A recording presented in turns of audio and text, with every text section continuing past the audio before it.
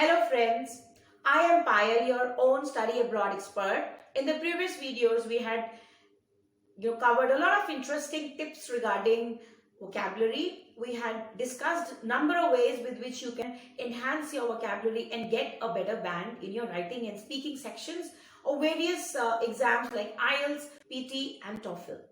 So in this video, we're going to discuss some more ways. We would touch upon a very interesting topic, which is usage of idioms. So a lot of students believe that if they use a lot of idioms and proverbs in their writing or speaking, they would get a better band. Well, that is true to some extent. If you use them correctly, definitely the examiner would have a good impression. But if you're not really confident of the usage and you just try to insert in a sentence without exactly knowing where and how to use them, then the examiner would develop a negative impression about your skills, about your hold over the language, and that would reduce your band. So you should use the idioms only if you know them very well and if you know exactly where to use them. So we're going to discuss some very important idioms which are commonly used in your writing and speaking sections. And as you learn the meaning of these idioms, you should also try to understand their usage. So that is why we are going to discuss one sentence each on the idiom, and that would help you understand how to use them correctly in your writing. So let's get started. The first idiom is over the moon. This means to be extremely pleased or happy. I was over the moon when I got to know about my first promotion. The second idiom is once in a blue moon. This means happens very rarely. Seems you're very busy these days. I get to see you once in a blue moon.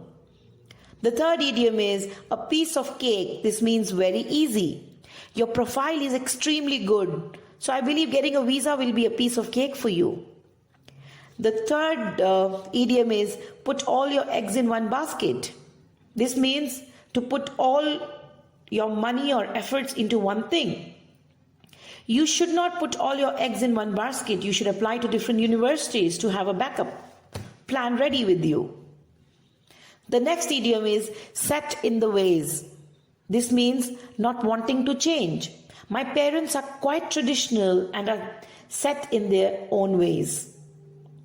The next idiom is go the extra mile. This means do much more than is required. I decided to go the extra mile and join a course to really perfect my English. The next idiom is birds of a feather. This means people who are like-minded often spend more time together. These two are birds of a feather, no wonder they meet so often. The next idiom is miss the boat. This means miss an opportunity. I sent my application in late and I think I missed the boat. The next idiom is on the same page. Two people are in agreement about a situation. We are on the same page as to how to take the situation forward now. The next important idiom which is frequently used is no time to lose. Something must be finished very soon. So we are already close to the deadline, so there's no time to lose. The project should be complete by tomorrow morning. The next idiom that could be used is read between the lines. This means to understand something that may not be entirely clear. Read between the lines and work out what is not being said at the meeting and sort out the problem today itself. Last but not the least, take the bull by the horns. This means deal with the problem. Take the bull by the horns and you must sort out all the major problems by this week. It is quite important to deal with them and find a solution.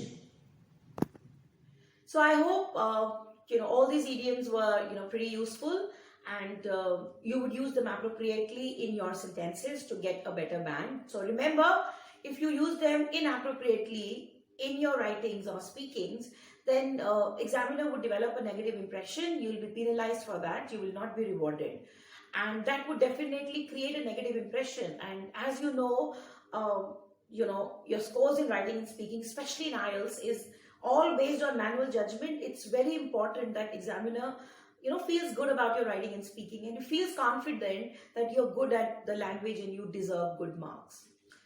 So be careful about your usage and stay tuned in with us. In the upcoming videos, we will we will come out with a lot of new interesting tips, and we would also discuss which courses and which universities to go for. So, so be with us. We want to be a part of your journey and success, and we want to share everything that we know with you so that you can achieve your international dreams soon.